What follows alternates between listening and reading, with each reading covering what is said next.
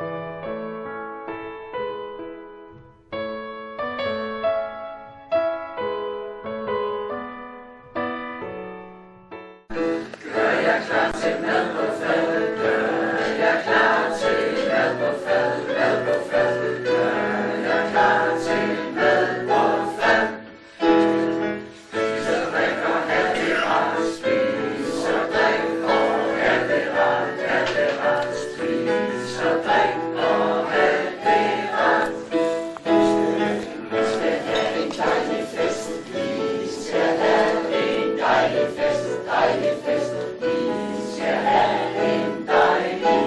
løfter vi pokalerne igen. Skål!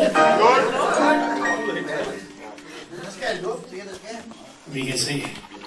Kan du lade mig puste lidt, så skal vi gå hen og tage en ting.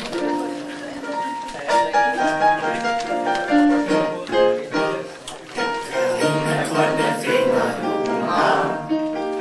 i sit drivhus, hvor det brummer, det er klart. Og hun snakker eller synger. Hej Karina. Nu er det sådan, du glemte noget. Du glemte faktisk at sige pænt tak for gaverne. Gjorde du ikke? Det kan godt se. Ja. Nej, det er hørt. Det har jeg godt hørt. Nu er der jo det. Er det ikke simpelthen først efter, man ser gaverne? Jo, men på forhånd og sådan noget med det. Og det gik jo lidt galt for dig, så vi er sgu ligesom nødt til at hjælpe dig lidt. Så lige om lidt, så starter musikken, så skal du en tur rundt og sige pænt tak for gaverne. Men det foregår på den måde, du skal sige tak for gaverne til alle pigerne. Hvis det er, de skal køres, passes, et eller andet. Og så vil lige have tid. Tæskes, et eller andet. Og nu er det jo sådan, så som I ved, så har Pia og jeg jo været gift i 16 år.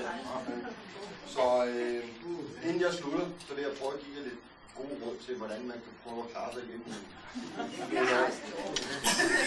Det har ikke været det. Men jeg har lært af, at hvis man respekterer hinanden, man giver plads og frihed til hinanden, og man taler med hinanden, og tilgiver hinanden. Er det Pia, der har skrevet den? Og så når Klap, klap, så er det op på tæerne. Ned i knæene, så det knæer med bryst og pande. Klap, klap, så er det op på tæerne. Ned i knæene, så det knæer med bryst og pande. Klap, klap, klap. Det gik sgu da meget godt for nogle af os i starten. Vi har en enkelt herre på midterrækken i lille skjort. Hvad fanden skete der der? Det vi andre gik til højre.